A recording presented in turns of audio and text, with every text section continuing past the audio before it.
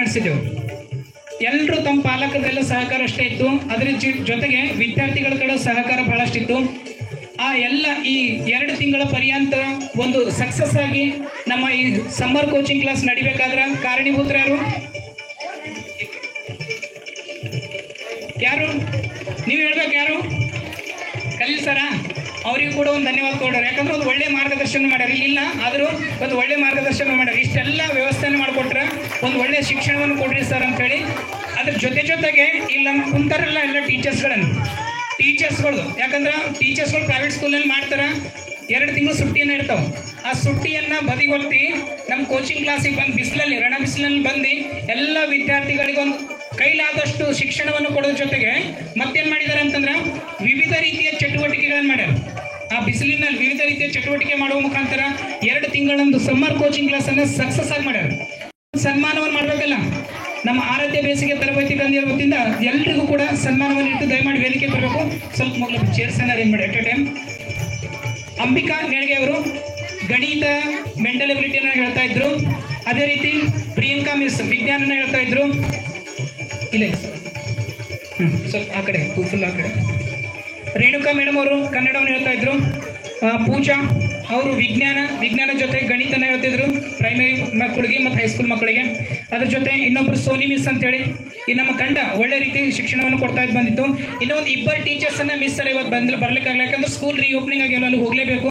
Siddappa sir ಅಂತೇಳಿ ಬಹಳಷ್ಟು ಒಳ್ಳೆ ರೀತಿ ಕನ್ನಡವನ್ನು ಹೇಳ್ತಾ ಇದ್ರು. ಅದೇ ರೀತಿ ಇನ್ನೋರ್ವ ಟೀಚರ್ಸು ಶಿವಾನಂದ್ ಕೋಟೆ ಸರ್, ಅವ್ರಿಗೆ ಸನ್ಪುರದಿಂದ ಬಂದ ಕೋಚಿಂಗನ್ನು ಇಂಗ್ಲೀಷನ್ನು ಒಳ್ಳೆ ರೀತಿಯಿಂದ ಹೇಳ್ಕೊಡ್ತಿರೋ. ಇವತ್ತು ಬರ್ಲಿಕ್ಕಾಗಲಿಲ್ಲ. ಈ ಸಂದರ್ಭದಲ್ಲಿ ಅವ್ರಿಗೆ ನಾವು ಶುಭ ಆಶೀರ್ವಾದನ ಕೋರುತ್ತಾ, ಅದೇ ರೀತಿ ನಮ್ಮ ತಂಡದ ಜೊತೆಗೆ ಆಕಾಶ್ ಅವರು ಇದ್ದಾರೆ. ಅವರು ವೇದಿಕೆಗೆ ಬರಬೇಕು.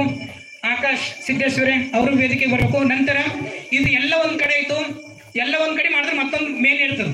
ಸ್ವಚ್ಛತೆಯನ್ನ ಒಳ್ಳೆ ರೀತಿ ಮಾಡಿಕೊಟ್ಟೋದಂತ ಆಯಮ್ಮ ಅವರು ಕೂಡ ವೇದಿಕೆ ಬರಬೇಕು. ವೇದಿಕೆ ಎಡಭಾಗದಲ್ಲಿ ಪ್ರೀತಿ ಅವರು ಕೂಡ ವೇದಿಕೆ ಬರಬೇಕು. ಎಲ್ರಿಗೂ ಎಟ್ ಎ ಟೈಮ್ ನಾವು ಸನ್ಮಾನವನ್ನು ಮಾಡ್ತಾ ಇದ್ದೇವೆ. ಈ ಎಲ್ರಿಗೂ ಸನ್ಮಾನವನ್ನು ಮಾಡಲು ನಮ್ಮ ಬೇಸಿಗೆ ತರಬೇತಿ ಕೇಂದ್ರದ 10ನೇ ತರಗತಿ ವಿದ್ಯಾರ್ಥಿಗಳು ದಯಮಾಡಿ ವೇದಿಕೆಗೆ ಬರಬೇಕು. ಅವರೆಲ್ಲರಿಗೂ ಮಾಲಾರ್ಪಣೆ ಮಾಡುವ ಮುಖಾಂತರ ಸನ್ಮಾನವನ್ನು ಗೈಬೇಕಾಗಿ ಅವ್ರಿಗೆ ಕೇಳ್ಕೊಳ್ತಾ ಇದ್ದೇನೆ. 10ನೇ ತರಗತಿ ವಿದ್ಯಾರ್ಥಿಗಳು ಎಲ್ಲರೂ ಬರಬೇಕು. ವಿದ್ಯಾರ್ಥಿನಿಯರು ಬರಬೇಕಿ. ಕೊಡು ಎಲ್ಲರೂ ಕೊಡು ಮೇಡಮ್ ಅವ್ರು ಕೊಡು.